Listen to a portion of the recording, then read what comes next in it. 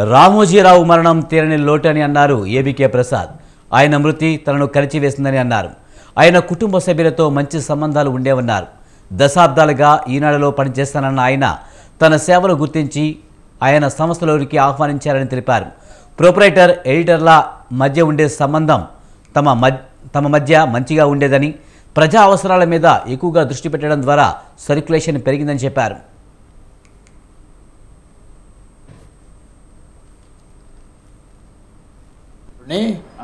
హైదరాబాద్లోనే ఏర్పడింది. నేను ఇది మామూలుగా ఒక దినపత్రికలో పనిచేస్తున్నప్పుడు ఆయన కాంటాక్టు ఇదైంది. నా టాలెంటు వ్యవహారం అది చూసి ఆయన వెంటనే హనుమంతరావు అని ఉన్నాడు, మనకి మంచి సీనియర్ మోస్ట్ విలేకరి వి హనుమంతరావు. ఆ హనుమంతరావు ద్వారా కబుర్ చేశాడు, ఎట్లా ఆయన్ని మనం తీసుకోవడం ఎలా అప్రోచ్ కావడం ఎలా అని తీస్తే అన్నీ తను చెప్పాడు. దాని ప్రకారమే ఆయన నన్ను కాంటాక్ట్ చేసి అప్పటికి మన ఈయన ఆంధ్రజ్యోతిలో నేను పనిచేస్తున్నప్పుడు అప్పుడు చేస్తుంటే నార్లకి ఇష్టం లేదు నేను వెళ్ళడం. But at the same time తన ప్రాస్పెక్ట్ని మనం ఎందుకు దెబ్బతీయాలి అంచేత let him enjoy and let him do it.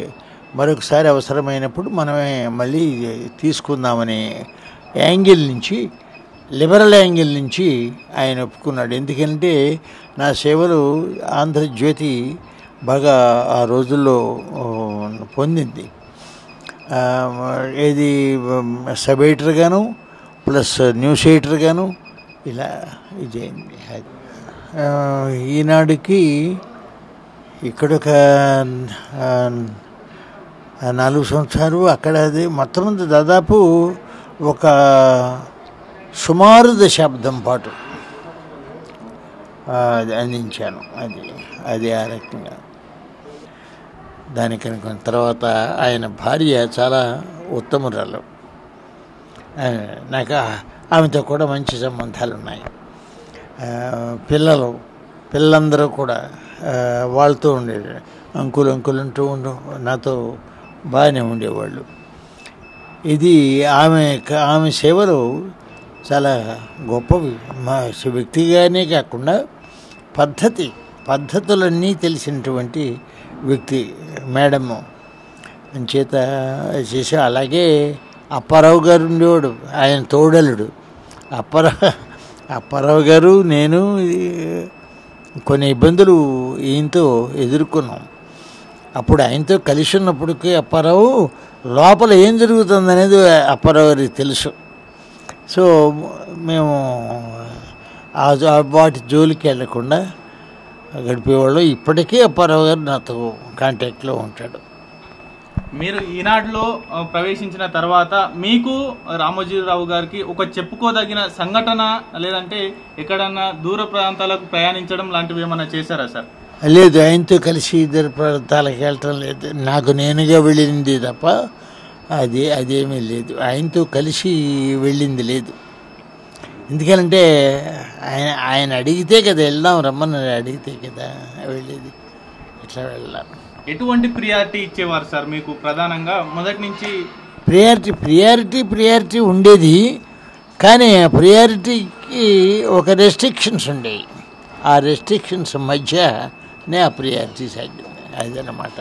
మీరు పేపర్ మొత్తం రెడీ చేసే సమయానికి అందులో ఏమైనా మార్పులు చేర్పులు వారు సూచించేవారా సార్, లేకపోతే మీరే పూర్తి స్వేచ్ఛ మీకు ఇచ్చేవారు? లేదు, ఆ విషయంలోకి వచ్చేసరికి నేను ఆయన చెప్పినటువంటి మార్పులు ఇది నాకు ఇది ఫలాంది రావాలని అంటే నీకు యాజ్ ప్రొపరేటర్ నేచర్ ఇది వీ అకామిడేట్ అంచేత ఆ రకమైన క్లాషెస్ ఉండేవి కావు. సార్, మీరు తీసుకొచ్చినటువంటి మార్పులు ఈనాడుకు ఏ విధంగా అగ్రస్థానానికి తీసుకువెళ్ళాయి? ఆ సమయంలో మీకు ఎటువంటి ప్రశంసలు దక్కాయి సార్? ఇక ఇప్పుడు ఆ విషయాలు చెప్పించు డబ్బా కొట్టేటువంటి సమయం కాదు, డబ్బా కొట్టుకునే సమయం కాదు. ఉన్నాయి, చాలా మంచి ఘట్టాలు ఉన్నాయి, చాలా పరిణామాలకి దారితీసినటువంటివి ఉన్నాయి. నా హెడ్లైన్స్ ద్వారా కానీ ఇవన్నీ కూడా చాలా ముందంజ విషయం. ఎటువంటి హెడ్లైన్స్ పెట్టాము, అటువంటి ఇవన్నీ కూడా ఆ రోజుల్లో అంత అట్రాక్టివ్గా తీసుకొచ్చాము అనేక పద్ధతుల ద్వారా. అదే ఉత్తరాంధ్రలో మొత్తం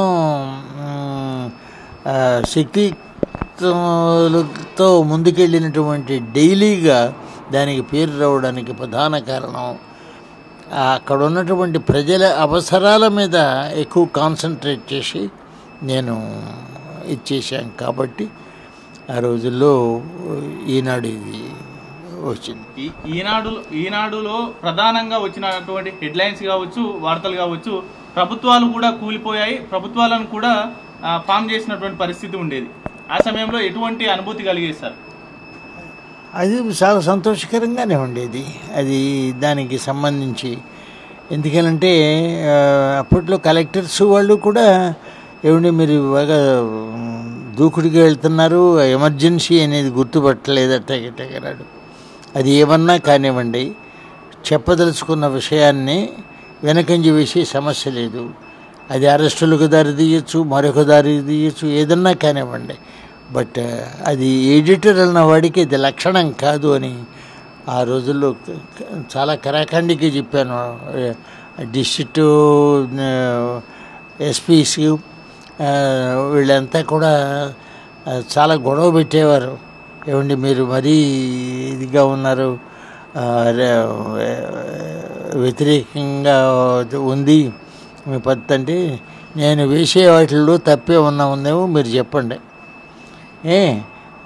ఆ విషయమై మాట్లాడదాం అంతే తప్ప మీరు పలాంది వేయకూడదు, పలాంది వేయాలి అనేటువంటిది ఆ రెస్ట్రిక్షన్కి నేను అంగీకరించను. ఐఎమ్ ప్రిపేర్డ్ ఫర్ ఎనీ ఎవెన్చువాలిటీ అని చెప్పి ఆయన పోయినందుకు నాకు విచారం నేను వెలిబుచ్చుతున్నాను. ఒక మిత్రుడిగా, ఒక వ్యవస్థాపకుడిగా, పత్రికారంగ వ్యవస్థాపకుడిగా ఆయనకి, ఆ కుటుంబానికి ఈ సమయంలో, ఈ విషాద సమయంలో నా సానుభూతి తెలుపుకుంటున్నాను.